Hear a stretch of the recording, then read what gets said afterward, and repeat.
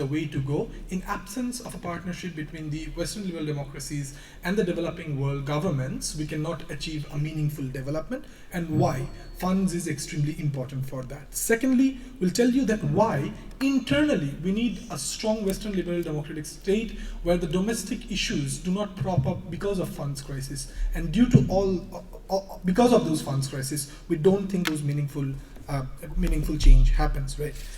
First, clarification. Yes. Why don't you just raise taxes? The only problem that we don't raise taxes, I think it will be covered anyway, is because people don't want high taxes.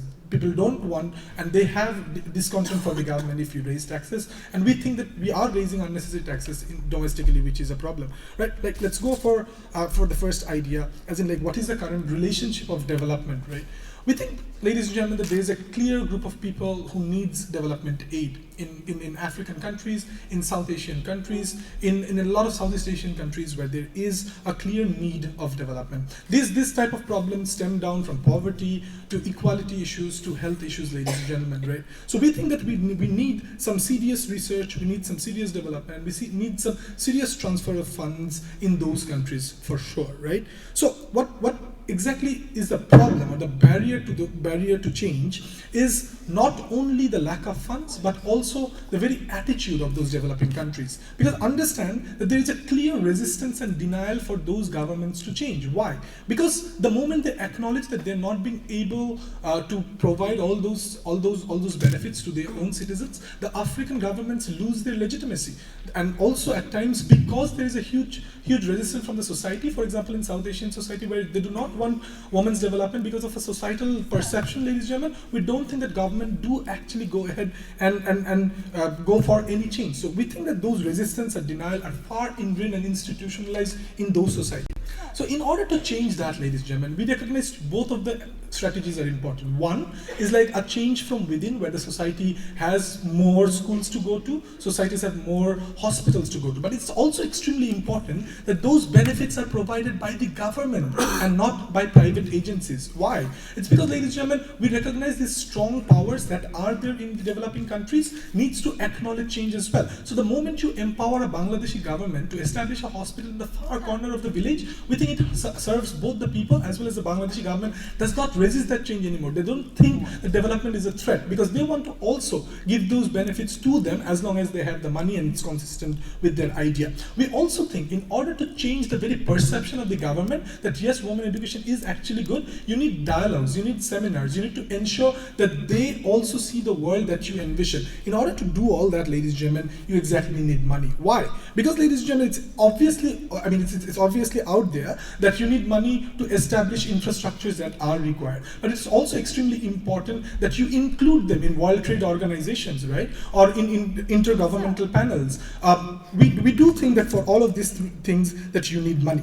What are the problems that currently, because of money, you don't have? It's because we see a rising challenge of Asian Infrastructural Bank coming in from China, which challenges IMF and World Bank. We think that's particularly problematic. Why? Because the values that China will possess in terms of liberal values will not be there. We think under a threat where there is a funds crisis and these developing countries have other options to go to, we think the Western liberal democracies should actually crank up their money and ensure that there is sufficient development aid and sufficient partnership aid going to these people. Why don't we have this when there are charities involved and when these huge taxpayers don't pay anymore? Because understand the moment you pay, you go to charity, one is a chunk of money already going to charity that otherwise would have gone to government. How? It's because the moment you give your money to charity, you have a huge tax break, ladies and gentlemen, that otherwise would have gone to the government. So we mean, ladies and gentlemen, the moment you do not give it to the charity and give it to the government, we think because of your higher taxation and because the entire money transfer, the government has higher funds to operate with. We think that's particularly important for the aforementioned reasons, right? So we think also, ladies and gentlemen, the way these charities operate under circumstances is the trillions of dollars are being channeled to the developing country through their own agencies. We don't think that they have a sufficient ability to work with the government of those developing countries. And that's why those money has a high amount of leakage and sort of like a wastage as opposed to a government who works with the government. Closing. Yeah, thing is that if governments give to governments from other places, they're just going to give to bad governments who are going to waste more money, or to charities, and we don't understand why you wouldn't give it to charities directly instead of going through the government to another. No, I mean, the entire assumption of that is charities will give money to the bad government. As like this entire narrative of a bad government of like Asia or like developing country, it's like it's a half truth. While it is true, and we need to understand that yes, we cannot just give them money, but it's also important to recognize that we simply have no other way to work. In order to change them, we need to ensure that we have a partnership between governments and not with inconsistent sort of like charities, right? But why exactly my second argument in terms of why we need a stable Western level democratic countries? It's because understand, ladies and gentlemen, in order to like develop the developing countries, we need a strong United States of America, a strong European nations who are also self-secure. Under circumstances when we see financial crisis, under circumstances when we see that the people at the margins who are poor, resisting change, and the right-wing parties are on the rise, like the parties like Golden Dawn or the Front National in France, we think all of those people banter on one idea. Is that like that? It's a very nationalistic-centric idea. In order to say that we are already poor, we have marginalized within our countries, ladies and gentlemen, and all those middle income people also going through the cleavages of poverty. And at that circumstances, we think that we need some money internally as well to ensure that the middle class is secured, ladies and gentlemen. The moment those extra charity money goes away, you means the government has less funds to operate. They have to increase taxes for the middle income people. And under that circumstances, the critical mass within developed countries loses any sort of political clout for development outside their boundary. That's why we think we need more money for the governments to operate, and that's why we're very proud to propose this motion.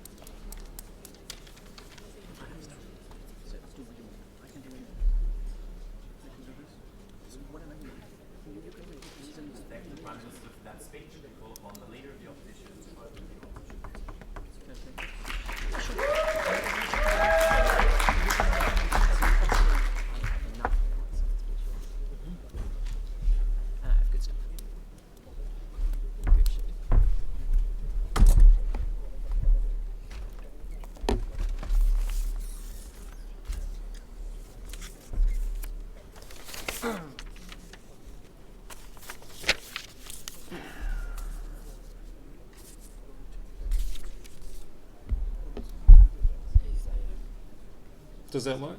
Yeah.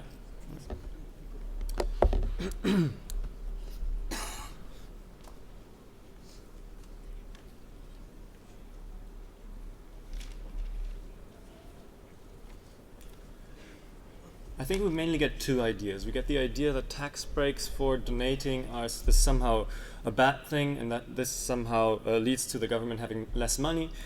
We think that this is probably not true. The reason why we give tax breaks for people to donate is because governments already recognize that that kind of supporting people donating is a good thing, and therefore they want to encourage this because they feel that it's much more efficient and much more effective for private people to donate in such a way rather than giving it to the government, right? That's already a decision the government has made. Obviously, that's a decision which can be reversed and is not necessarily part of this debate, but we think that to the degree that it's there, we can kind of prove that it should still be there, because we will provide you with the reasons why we think that donating privately is very, very effective in affecting change in the world and leads to a world that we'd rather live in compared to a world where they give this extra money to governments, right? And so far as we can prove this, we think that giving people incentives to donate in such a way, for example, through tax breaks, is a good thing rather than a bad thing. The second idea is that we need mainly focusing on developing nations. The way that change there should happen is through governments, and we think that this is probably very optimistic, because oftentimes the governments are the ones which profit from a perpetuation of an unfair system, which profit from those countries not being especially fair, and who usually, or at least historically we have seen, when given a lot of money, decide to use that money mainly for the political elite. And we say that probably it would be really nice if the governments were really benevolent and then would use their money in the right way. But we see that these charities have been a lot more effective by being able to actually work on the ground together with the people, rather than like governments often having to go through the governments of those nations, and therefore not being able to effectively change the lives of those people. Right? Firstly, we believe, or what we want to bring you today is that we think there is a moral duty to effective altruism. There's a moral duty, if you have a lot of money, to use this money in the most effective way possible. And we want to argue that it's a lot more effective to use this money through private charities rather than through the government. And secondly, we say that in this debate we talk about what's best for the world, and we say that spending more money within Western liberal democracies is not better than spending more money in an effective way in developing nations. And we want to argue that if you give it to the government of a Western liberal democracy, it's most likely mainly going to be spent there in an ineffective way, right?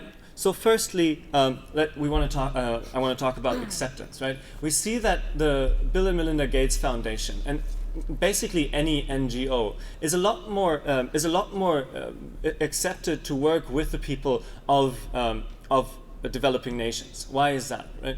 If we have a government, we usually see that the government has to work through the government of that developing nation. The reason for this we already get from opening government. They say that a government loses its legitimacy, or at least its perceived legitimacy, if a if they are not the ones to act. Right. So if it is the government. If it is the government of another country trying to act within that country, we say that they have very low acceptance to do anything directly. Therefore, they need to go through the government to do this. This is different for NGOs, right? NGOs, without the government losing as much legitimacy, can work on the ground much more effective. That's why we don't see a lot of American state-funded schools in developing nations, but we see a lot of NGO-funded schools in these nations, right? We see a lot of grassroots change through these NGOs because they more easily get accepted in these countries. We think that this is hugely important because it means that more percentage of every dollar that these people donate actually affects change within these countries. And therefore we get to a better world already by that, right? That's hugely important that they can affect this, right? Secondly, we think that the priorities of those charities are aligned with the priorities we have in the world much better. Why is that? Because they don't need to be because they don't need to be re-elected. They don't need to be voted into office by a local democracy, right?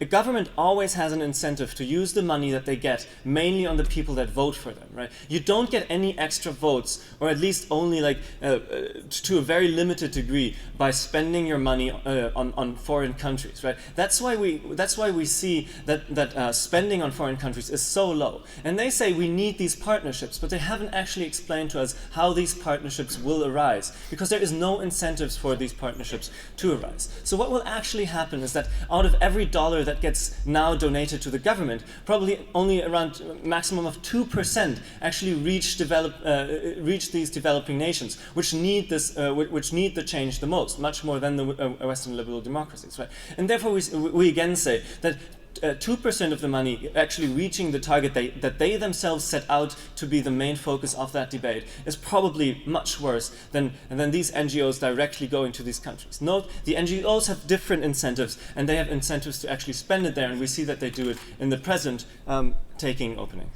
Even if I ignore the fallacy that you say that American government does not work with NGO that they do, even in your best case scenario, tell us that without a change of the perception of the government who are the strong men in society, how will your education be effective and not tokenistic? Well, so firstly, yes, maybe the government will work together with NGOs, but if you give the money to the government first and only 2% of that gets spent somewhere and that gets spent on NGOs, I don't directly see how that is more effective than just giving it directly to the charity which can act as an NGO in that country, right? That doesn't make any sense. And then secondly, yeah, maybe there is a small problem with acceptance of education in those countries. We think that to the degree that it's actually still there rather than not there at all, we think that that's much better on our side of the house, right? And then lastly, I want to talk about organizational structure. We see that NGOs oftentimes have a lot less bureaucratic hurdles to get over. especially if you see that the people we're talking about here are highly effective CEOs of global companies that know how to run these global operations, that know how to hire people, they know how to get the right personnel, right? We say that governments are not as good in doing that because they're not as meritocratic as probably the hiring process of these CEOs can be. Therefore, we say that as we have a duty to effectively use the money that we have, and you say that we shouldn't just raise taxes, so there is no moral obligation. If it was such a moral obligation, we should just do that. Therefore, to effectively improve the world that we live in, we need to let them donate the money through their own charities and acting as NGOs in those developing nations. Proud to oppose. Thank you.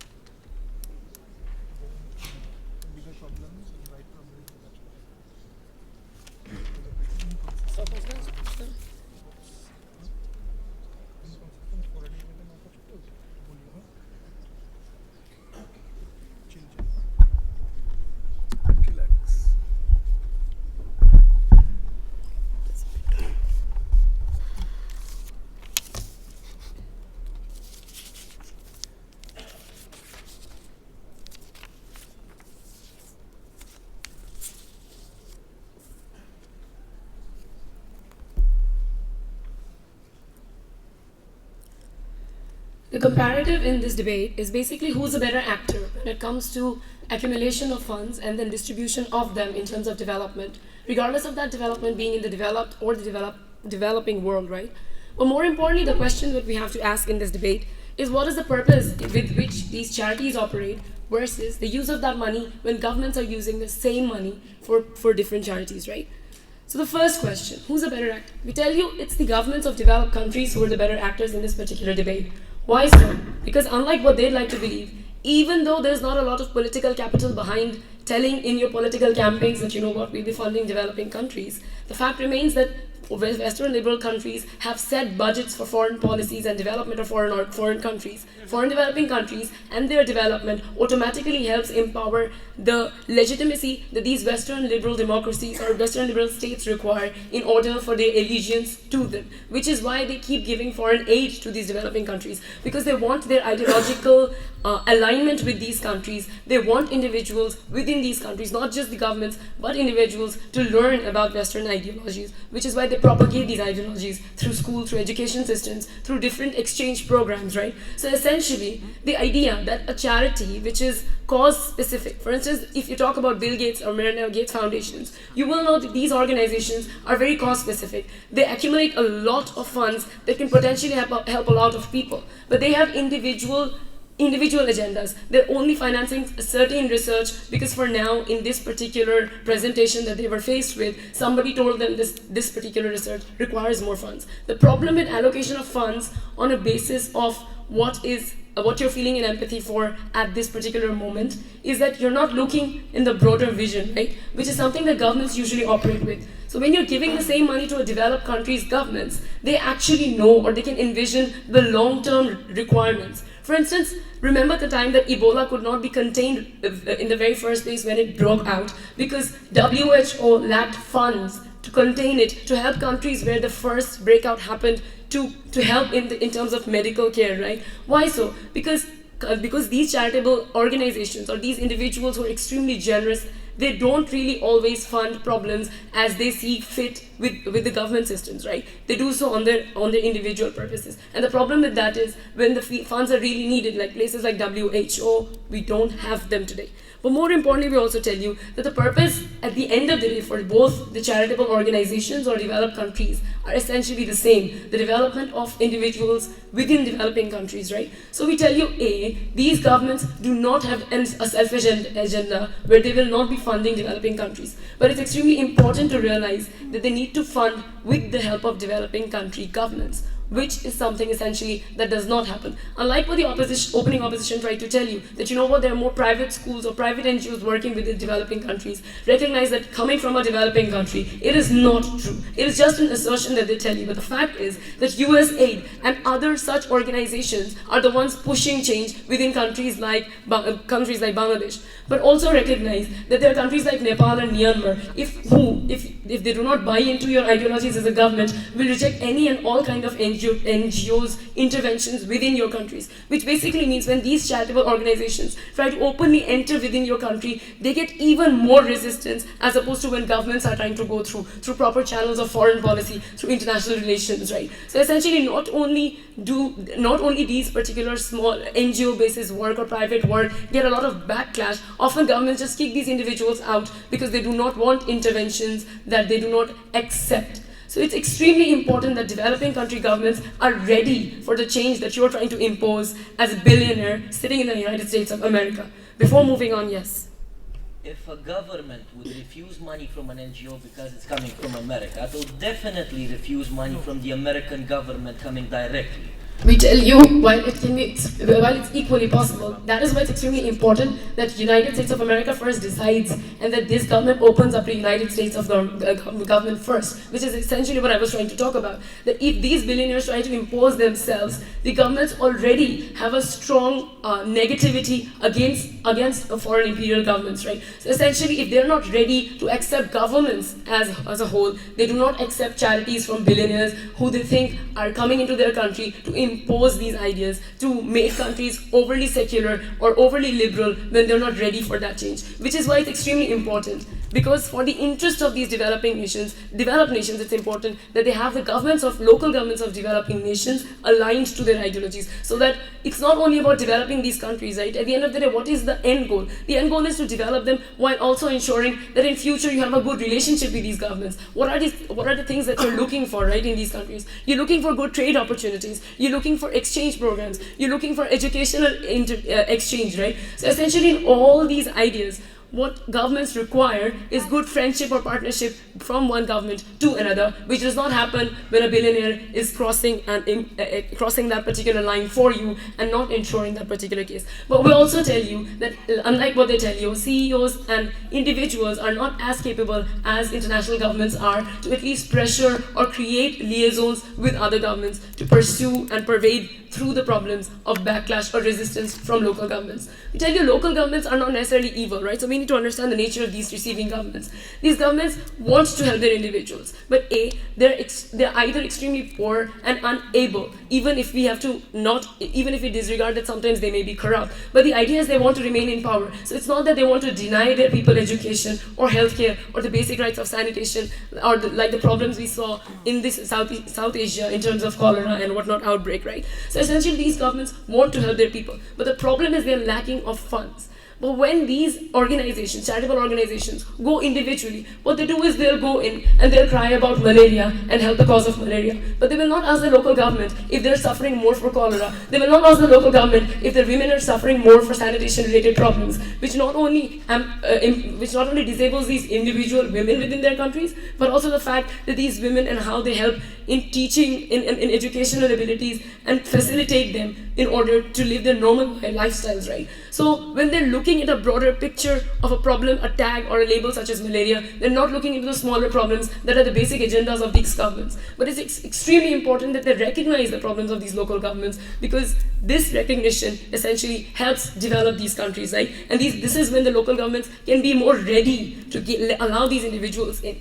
We tell you that international charities also require, these certain charities also need to give money to the governments, like Vishal was trying to tell you, to their own governments, is because we cannot increase progressive taxation. We should not. We are already taxing these individuals enough. But with the excess of the money that these individuals have within the government system, these governments can help from their government's charitable funds to allocate this money in terms of foreign budget, in terms of the budget that is required for your own local Medicare, your insurance policies. Excuse me. So at the end of the day, what is it that the OG wants from this house today? We tell you one, if independent charitable organizations do not recognize necessarily what the requirements of other countries are. In order for that, and for the fact that there needs to be an allegiance and an alliance between the developed nations, governments, with the nations which these governments want to really empower, we want to make sure that governments are allocating development and all sorts of developing funds. For that, charitable funds need to go through governments. Thank you.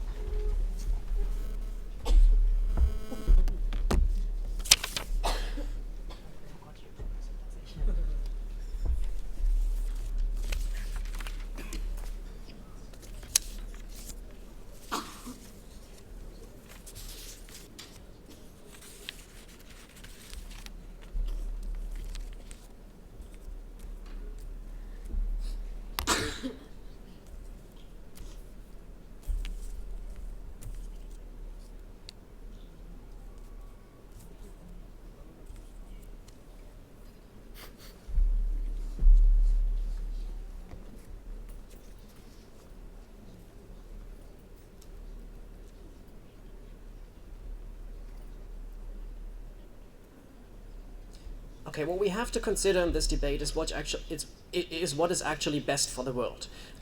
And even though they want to go through democratic measures, they have given us no mechanism on why development spending of governments would go up above the 2% that we're having right now. And we think it will not go up. It will not go up, and therefore we are very likely not going to have a reasonable positive effect. We think we need some analysis on that. Okay, so my rebuttal will pretty much directly flow from my constructive. I think that will be obvious. So what we are saying on side opening government is that obviously charity makes the world better.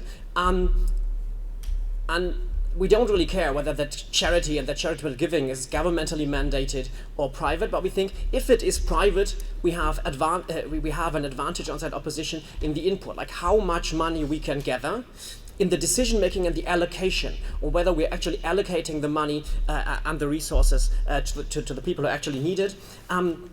And whether that output, or like this allocation, can work efficiently, which is what Ruben mainly talked about in his speech. Okay. So concerning the first point, how much money do we actually get in? We think the world that they are arguing for is a world in which there exists some norm or expectation for the rich people to give to the government. We think they feel compelled to give to the government. We think that influences how much they are giving.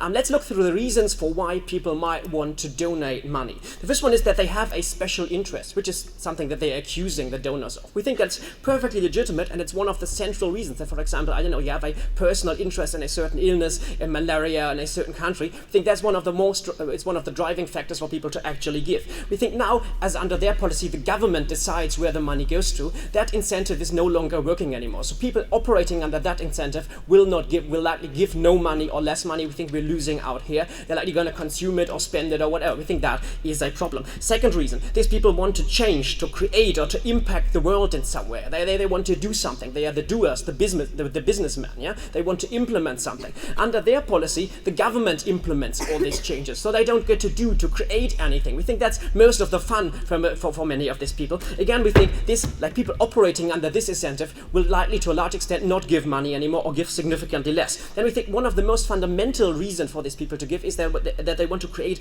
a name for themselves, to create a legacy, to get respect. Because because like as they are excessively rich, they can buy everything else. Respect and legitimacy is the only thing that they cannot directly buy. It's the only thing that is still scarce for them. We think that is probably the most driving incentive for these people to give. And we think again, you're taking that away from people, because now under their policy, the government takes credit to a large degree for the individual policies which are implemented. We think again, you're taking away one of the fundamental incentives to actually give money. So we think in net sum, the amount that is given or donated to charity under their side of the house is significantly less than under ours. We think more money is going to get consumed, wasted. The poor people of the world are going to have less of it. We think that is a problem that they have to deal with. Second point, the allocation question. What we are saying is it's very likely that the government, once it has this money, is going to allocate it very differently. In what way? Well, what's the difference between rich people and governments? Rich people are accountable to no one. Governments want and need to be re-elected and are accountable to their citizens. Now that's important. They need to be re-elected and they're accountable to their citizens. Only their citizens, no one else, not the citizens of other countries and other states. Now they're especially accountable to the people who have political capital in their countries who actually vote. The people who are voting are usually, predominantly rich, white, and prosperous people, and the disadvantaged minorities, which might actually be recipients of welfare in these countries. They are not that important. We think in general, if you give the money to the government, it's way more likely going to be spent on the people who have the political capital, because these are the people you need to buy in a democracy, and on the citizens, because these are again the larger group of people that you need to buy in a democracy. We think governments to a large extent don't care about non-citizens. We think even citizens don't care about non-citizens as much, and we think the reason for why development spending is so low is because we're talking about taxation, and we're talking about the government budget, and the government budget is money that you gave to the government under the implicit assumption that it's going to benefit you in some way. Giving it to developing countries is a purely charitable act that's not going to benefit you in some way. We think in general, the overall, the largest part of the population is not in favor of huge development spending because they don't want their government budget to go there. We think that is the reason for why the spending is for why the development spending is so low. We think if you merge this money into the same mechanism, you're creating the same allocation incentives as we're having right now. We think, again, a large chunk of the money which would, under our side of the house, go to poor Africans is now going to go to white people, which need to be appeased for the next election. We think that is a huge problem. So essentially the money is wasted on the rich. I'll take closing. Isn't it more likely that if these people have personal incentive to ensure that this money is used for holistic development, that they would create more discourse using their media image and create more political clout against government to use? Yeah, or they could just spend the money directly, and we think that works better. Okay. So last point. The output. Ruben already talked about why they are more efficient on the ground. Now they raised the question of whether or not a government or a charity is more likely to be accepted by a foreign government. We think the analysis, the crucial analysis here, is that again, and that's their argument, a charity has a singular special interest. That is a good thing. They only have one singular special interest. They have only one reason for why a government might not like them in their country. Now, if you are a government, you have loads of baggage, loads of identity. You have, all your culture, your religion, and the wars and the foreign policy that you are standing for, like hint US, which are reasons for why you might not want to interact with this particular government. I think it's way more likely that a single issue charity is going to be accepted because they don't have all this baggage for why they might be opposed. One large point which we believe also is important, if we might restrict this debate to democracies and charities acting within these democracies, we think what essentially is going to happen is that this is perceived as a bribing mechanism. Rich people bribing the government, because what the rich would want to do is they want to have the most media attention. They want to get the most respect out of it, exploited via the media. We think the perception is going to be that the state is to a large extent paid for and bought and paid for by a few excessively rich people. We think in a way the perception is that whoever pays the piper chooses the tune, and we think that to a large extent makes people feel disenfranchised. It makes them feel that the government and their country is not working in their interest and it's not owned by them anymore. We think this disenfranchisement is also massively important because it in a way lets people opt out of the government. It's not some collective effort that they are doing. They are collectively doing their public duty of paying their taxes. We think that's a good thing. Under their side of the house, the perception is that the government is owned, bought, paid for by the excessively rich. We think that is something that's also on on a different level, fundamentally harmful. We think on all these grounds, we likely win this debate.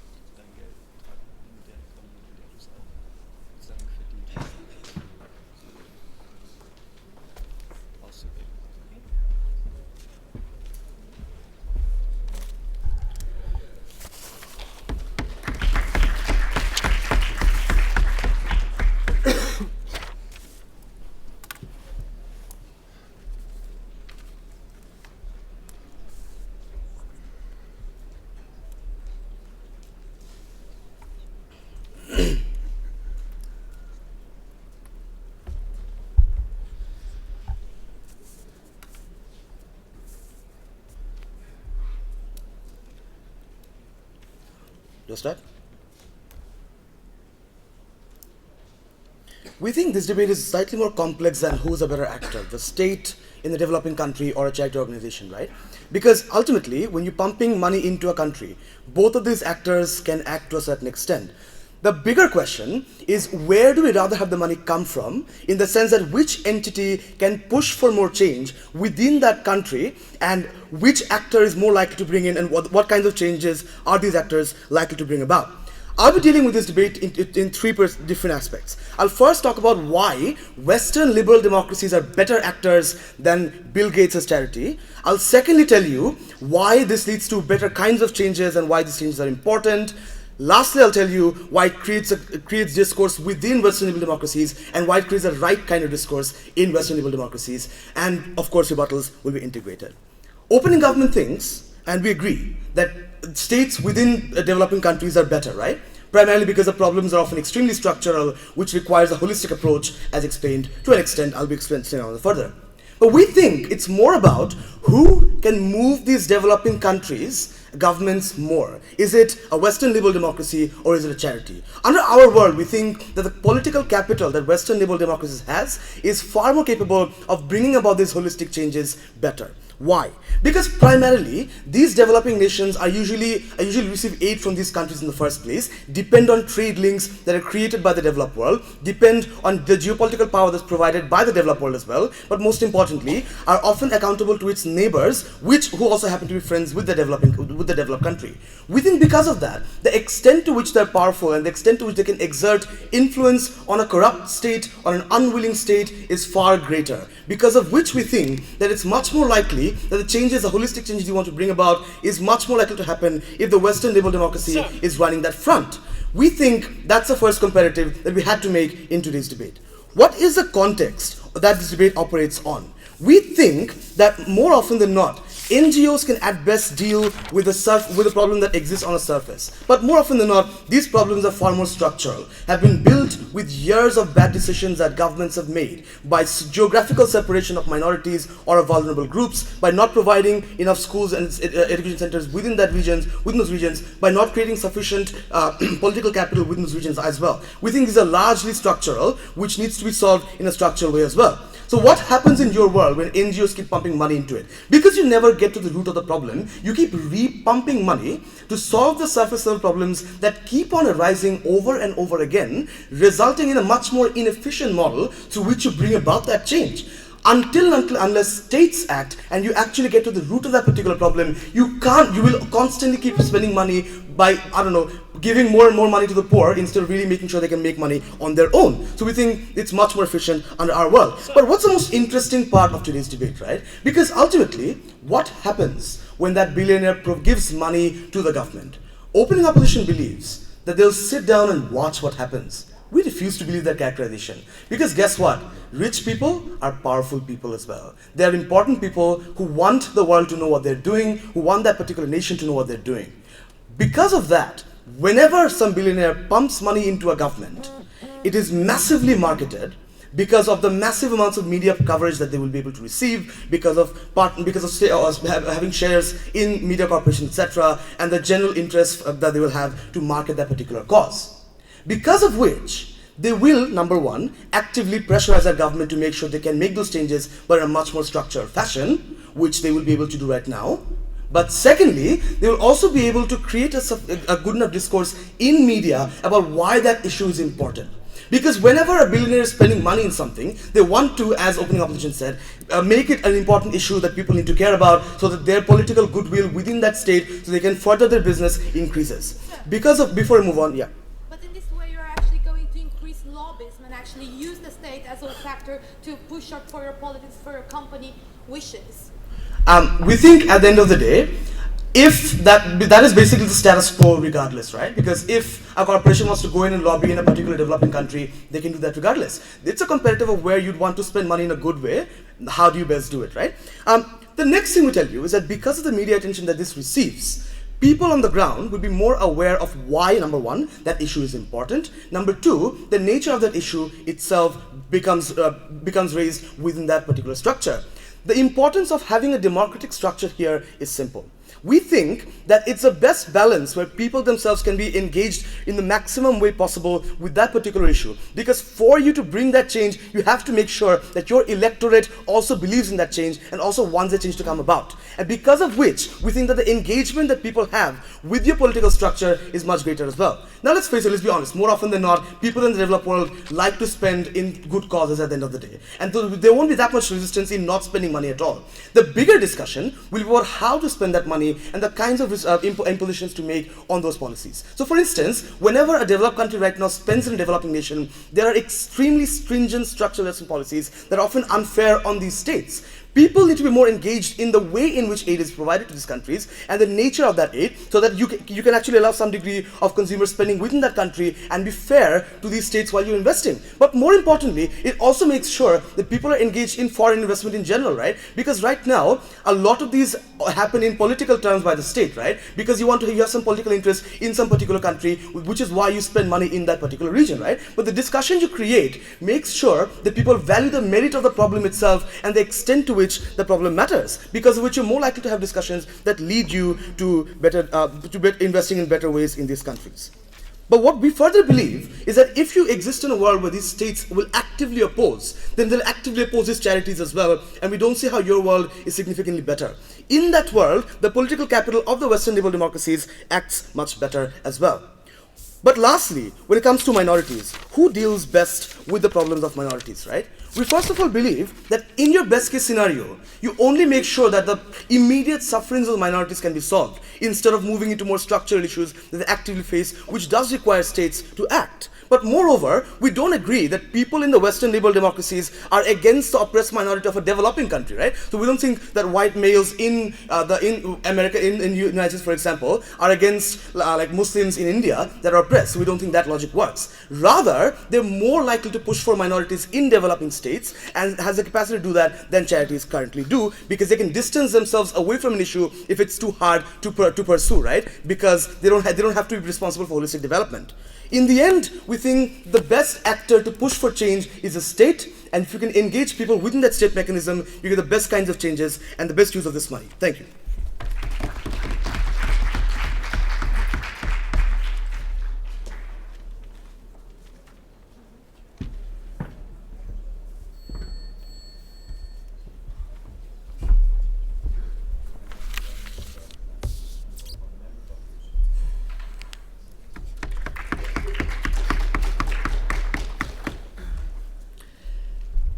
So, we really didn't think that this was going to come to a debate where the whole of the bench of the government is going to tell you that the government essentially does what charities do, but in a better way. Because realistically speaking, that's unfeasible. That's not the motion.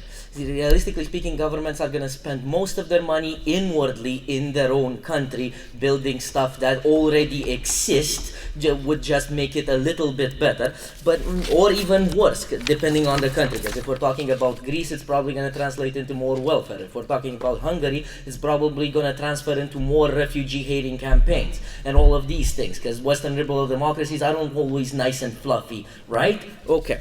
We're going to talk to you about how the differences between governments and charities and how that and when we'll engage on that comparative. But first of all, let's do a little bit of rebuttal. Okay, so first government comes up and tells you that governments will donate to other governments or to NGOs. Well, if governments will donate to, if the government gets the money, if the Western government gets the money, it will donate to NGOs. Well, that doesn't make any sense. Why not donate to NGOs directly? Or if the government donates to other governments, it's gonna either not be accepted, because like Iran would have a hard time, Iranian politicians would have a hard time getting funding from American politicians, right? Unlikely to accept.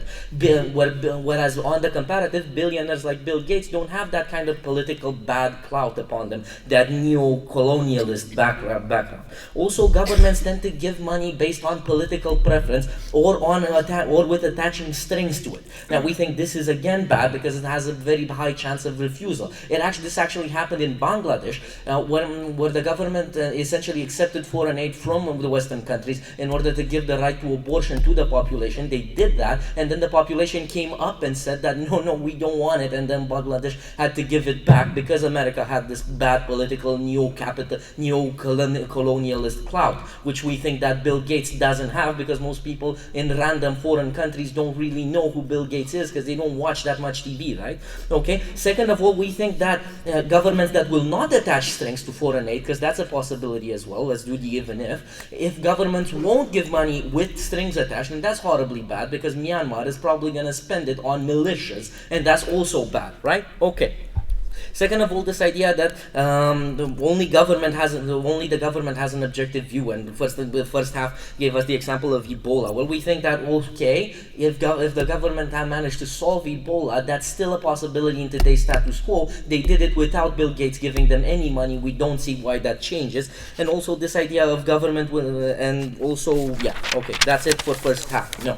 Also, we have from closing, we get this idea that it's bad because Bill Gates might become too popular. We don't think that's bad because that doesn't entrench Bill Gates in a political office, which we think is inherently bad to entrench politicians into political office just because they did something okay with money that they got randomly because Bill Gates felt charitable that year. Also, we think that this whole idea that we think that it's dangerous to give only to governments because governments only give to these things that the population cares about, and I'm going to talk about this more in my extension. Also, this idea that NGOs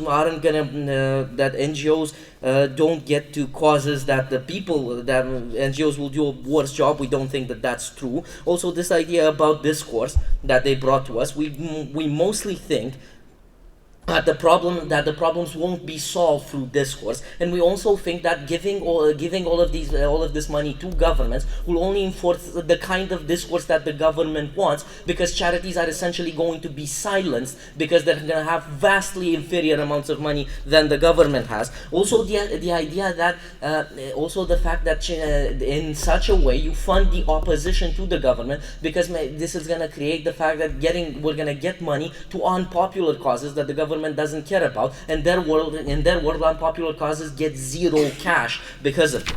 Now, this is part of my extension, but before I start my extension opening, isn't it more likely for World Health Organization to spend money and solve Ebola in Africa as opposed to Mark Zuckerberg opening up internet for all for free? Well, World Trade Organization, the WTO is not a Western government, right? Okay, so we can't just give to the WTO. Also, those people, and like UNICEF and things, work with NGOs, with local NGOs that are far better, and this is something that has been ignored by all sides up till now. NGOs are much better at doing things because they have practical knowledge of the field.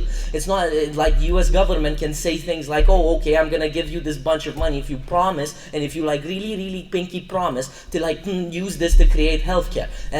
But the local government is much more inefficient, probably corrupt, mostly bureaucratic, and will lose a lot of the money on the way, whereas NGOs will directly enforce it by directly getting volunteers, which are much cheaper than local workers to come from the West and actually physically build the freaking hospital. No, we think that to engage on the comparative, narrative. We think that a world in where human rights are more important than giving directly to human rights is more important than tax benefits, museums, or excessive welfare, like most governments will probably invest into, is a better world. And we think, and why do we think that? Well, we think that, first of all, let's start off with the government flaws. Like, these Western liberal governments, first of all, don't need the money. They already have a lot of it, and they're already misspending a bunch of it. This is why people in places like France or Romania or Hungary or Germany are sometimes pissed off at their own governments. Second of all, governments are in the pockets of lobbyists, so a lot of the money that Mark Zuckerberg would give would actually end up towards like gun lobbies or whatever, and we think that, or tax breaks for gun lobbies or for cigarettes or whatever else, and we think that's fundamentally dangerous.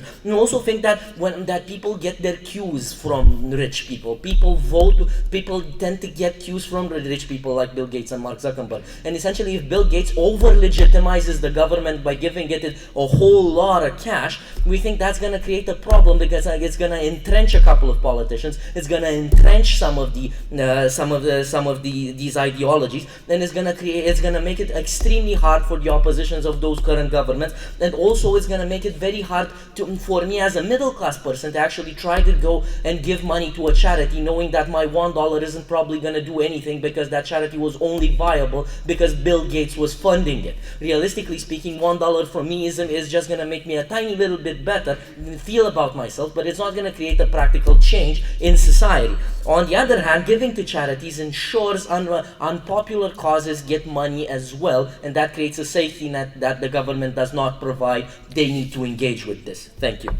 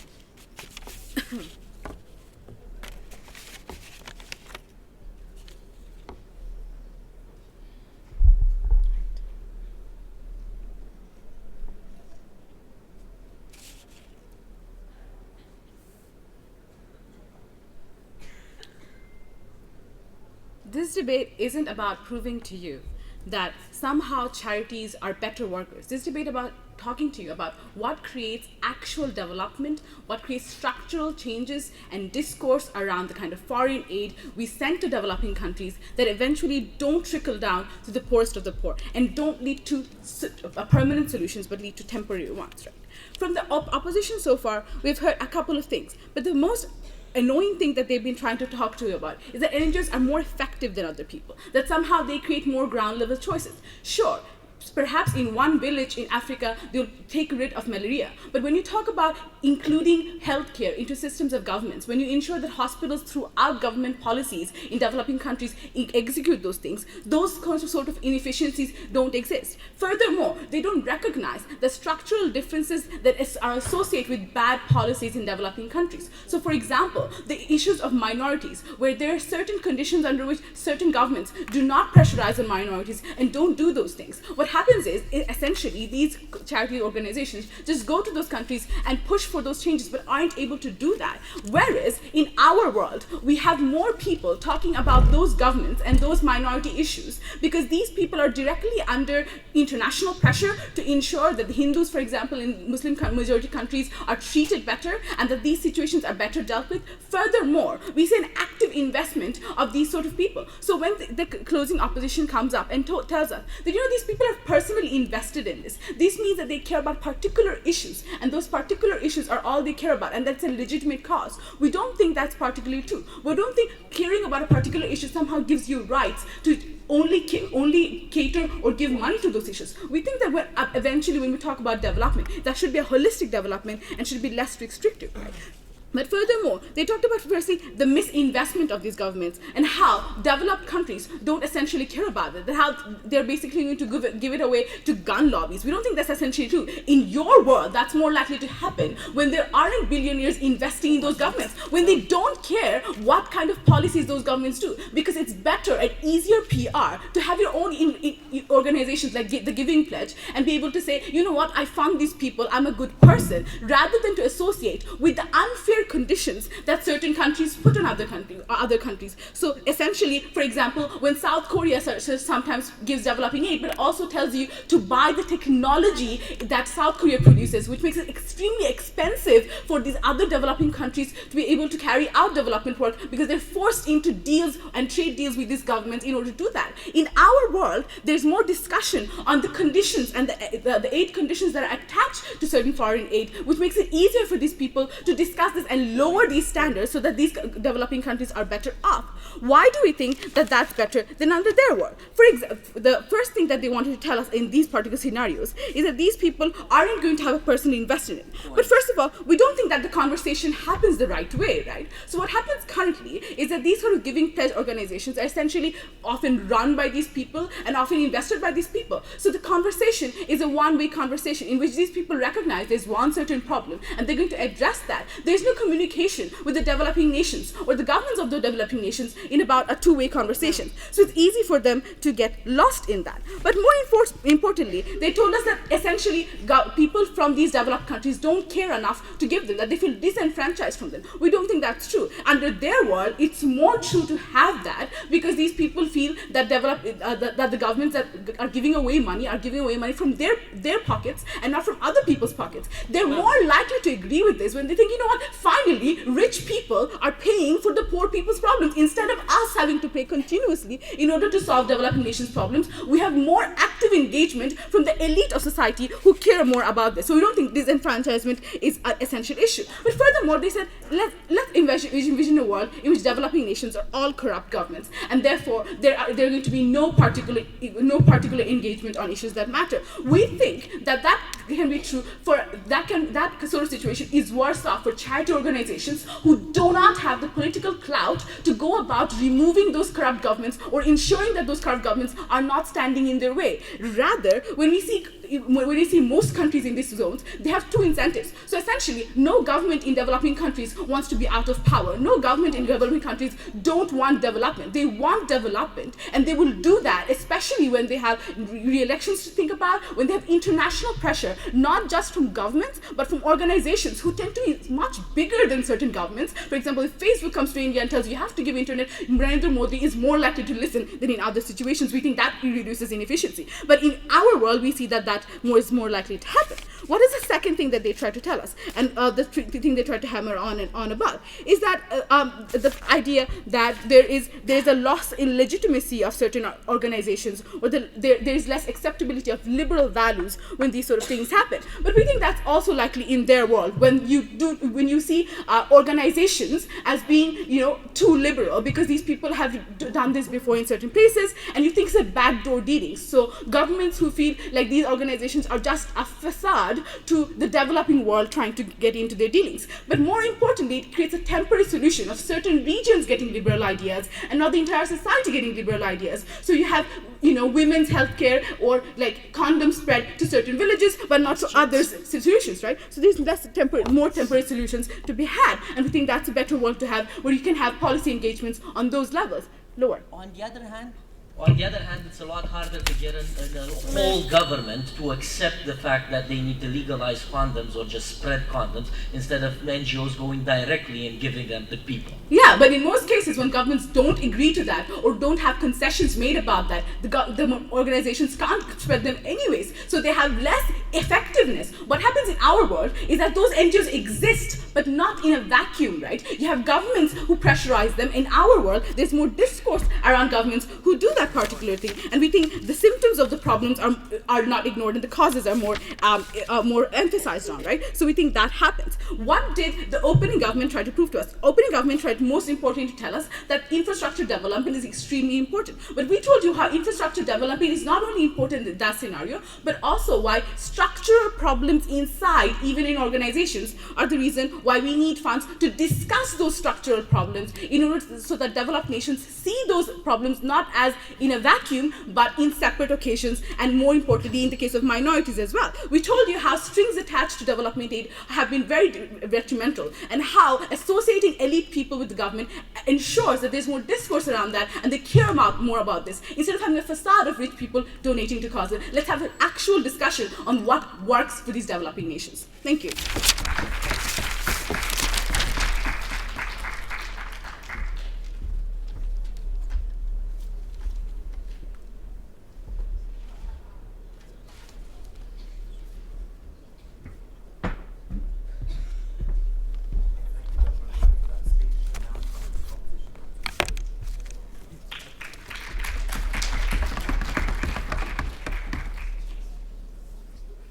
Imagine Donald Trump would win the actual elections in the USA. What you will have then, you will have a racist president, a racist government, who would have millions of dollars to support campaigns anti-Muslims, anti-Islamics, anti-indigenous population from the USA. You would have a USA that would no longer go to countries from Africa to help them reintegrate or to help maintain peace, but would focus on force, on army force, and on discrimination. And unfortunately, not only USA has this position, also France may have this position if Marine Le Pen wins, Hungary has this position, and other countries within Europe, within Western liberal democracies, have this position. Now, what I'm going to talk about in my discourse is in which worlds we are going to have a better discourse, and in which worlds we are going to actually achieve change. Where we are going to have the better discourse.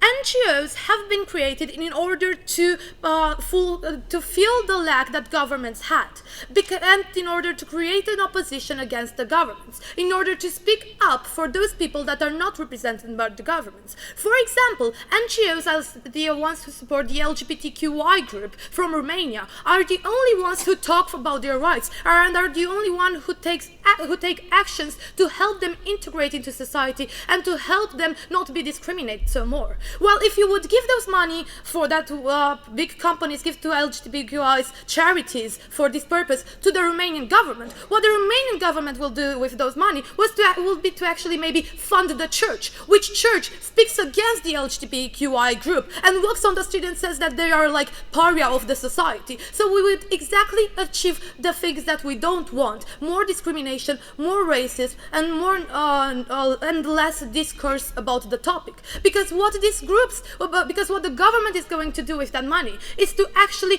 perpetuate their own ideas and their own discourse and their own politics. And their politics can be already seen in the mass media. And at the point that in which those money is also invested in their discourse, then the discourse of the other groups, the discourse of the other minorities will no longer be heard, because they will no longer have the money to go in media and to make a stance and to actually make a change about them.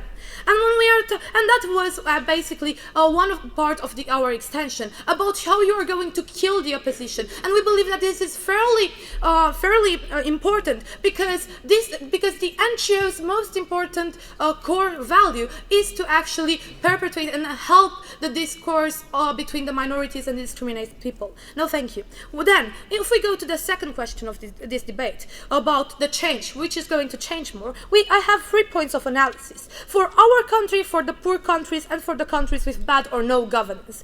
For our country, we have, but for that, yes. Donald Trump would be spending on other nations in a racial manner anyway. But when billionaires pressurize people in states to believe otherwise, they encourage governments to make less racist policies that is unsolvable under your world. Okay, first of all, when these companies are going to invest money in the Donald Trump government, most probably Donald Trump is going to use them as they want to use them. Secondly, if they want to prove to us that the companies can push for certain politics from the country just with that money, that's my second point in our case, the lobbyists. And we are still telling you that then you are creating a big chance of abuses from the companies, and you are giving them a tool to actually perpetrate perpetuate their ideas and their politics through the governments, and then the government will no longer fulfill the duty of representing the people and the population, but will represent the interest of the companies that have more money to invest into the government budget, because at some point those money that those people donate to the governments are going to be so important for the government's function and for the government's relationships that they if Bill Gates will come and say, look, if you don't push for that, every school will have windows in their classes and for people to buy more windows, and for a law like this, then we are going to take the $5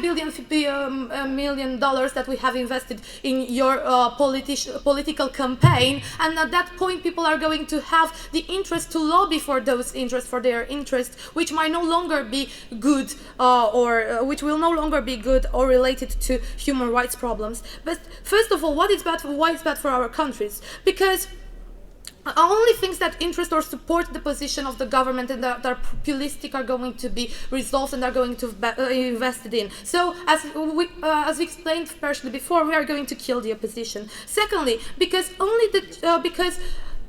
a lobby is going to be will gain so much power, because the PR that these companies make nowadays is by using human rights and by actually making a change, because they know that they cannot use the government as a tool to achieve their goals. They know that they cannot go to the government and say, look, government, make people buy windows. So they have to use their money into good stuff in order to make people more interested in their company, and in order to make people want to buy the product, so that they will support further on. No, thank you. So that they could support further on the cause that Microsoft is fighting for. But at the moment in which you change this paradigm and you put the companies within the government, the companies' money in the government, at that moment the companies will no longer have an interest in actually changing something, but will only have an interest in actually manipulating or lobbying for their point of view, because they no longer care about the PR from the population, but only care from the power that they will have within the government. Now, going to the poor countries,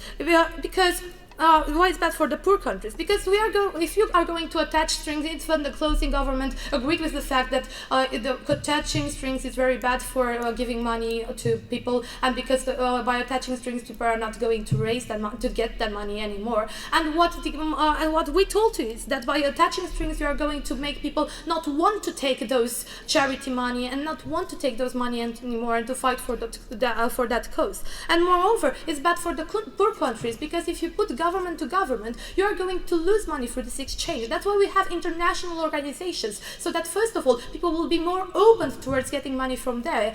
Because look, like when we tried to keep peace in Rwanda or in other conflictual area, we realized that by sending the US troops, nobody liked them, nobody listened to them, and they thought that there is going to be war. But when we sent them the peace troops, the UN international troops, then people were more open and realized, and they opened their borders and their ideas to them.